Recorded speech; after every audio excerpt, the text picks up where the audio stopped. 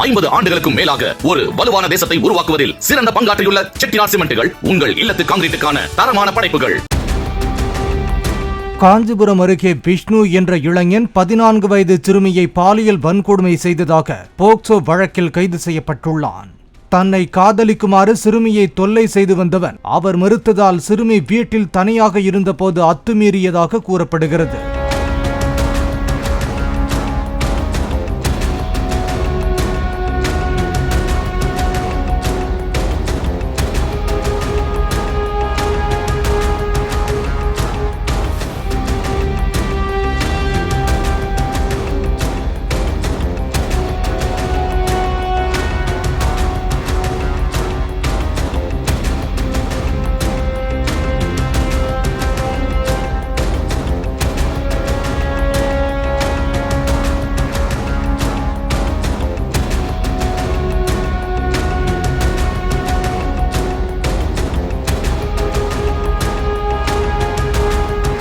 ஐம்பது ஆண்டுகளுக்கும் மேலாக ஒரு வலுவான தேசத்தை உருவாக்குவதில் சிறந்த பங்காற்றியுள்ள செட்டிநாட் சிமெண்ட்டுகள் உங்கள் இல்லத்து கான்கிரீட்டுக்கான தரமான படைப்புகள்.